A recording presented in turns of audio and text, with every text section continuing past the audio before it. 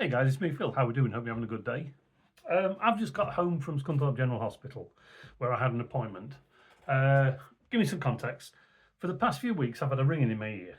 So I went to the doctors and they did all the looking, and apparently I've got narrower than usual ear canals.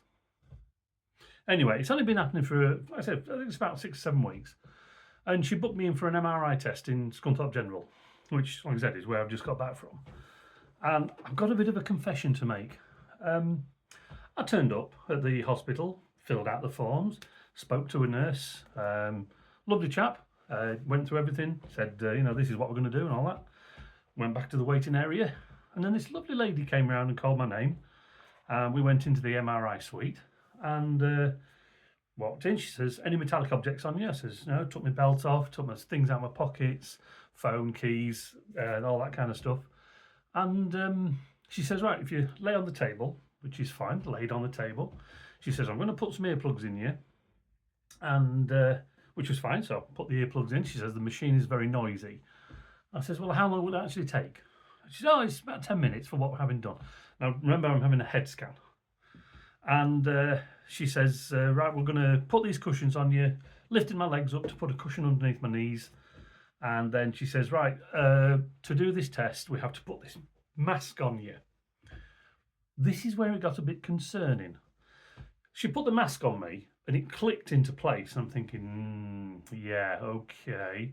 And she says, it might be better if you close your eyes because like you're going to sleep. I says, well, look, I've got sleep apnea. It's something to do with my neck. She says, I will get this as quick as possible.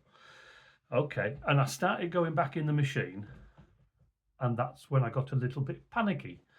I think with the mask on, it was touching my chest here, and it was quite tight, and you can't move, very restrictive. And I started to panic a little bit. And I says to the lady, I squeezed the button, and I says to the lady, look, I can't do this. And she says, it's okay, don't worry about it. You're not the first person, and you'll not be the last. She says, chaps like you, meaning my body build, normally panic a bit more. And she says she's witnessed chaps and women crying because they're inside and it feels like they're trapped and whatever. And she says out of every 10 people they see in the MRI suite, 2 can't do it. And she says the worst type is they'll walk in the room, see the MRI machine, nope out immediately. So she says, I actually got laid down. She says, I've done better than some people have done. I felt so embarrassed. Because I'm not, as a rule, claustrophobic. I've been in caves at Mother Shipton and all that kind of stuff. But being in there, it's very enclosed and horrible. And she says, no, what we'll do is we'll send back to the doctor and let's see what they want to do from there.